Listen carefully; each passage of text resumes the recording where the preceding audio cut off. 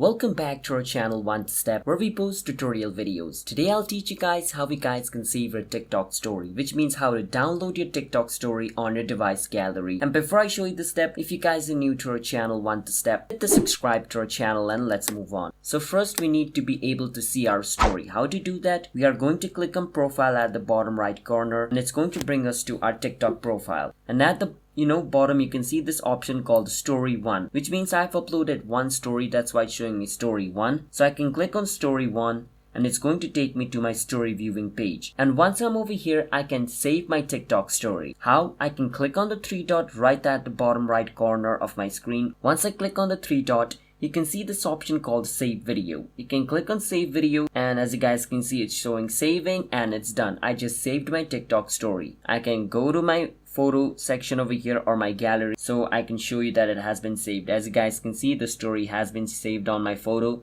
along with the watermark. So that's how you guys can save your TikTok story. And if you guys found our video helpful, then hit the subscribe to our channel One Step for future videos like this on how to save TikTok story. And this is the same step you can do. You can just go to other people's profile, click on story, the three dot, and click on save video, and their story is going to be saved. But remember, if they have turned off their story download feature, then you cannot download their story. Alright, you need to keep that in mind. They need to have their permission of story download feature on. So you cannot just download everybody's story. Unless they have that permission turned on, you cannot. But for your story, you can easily download your own story by following the step which I just showed you. Hope I was able to help you guys.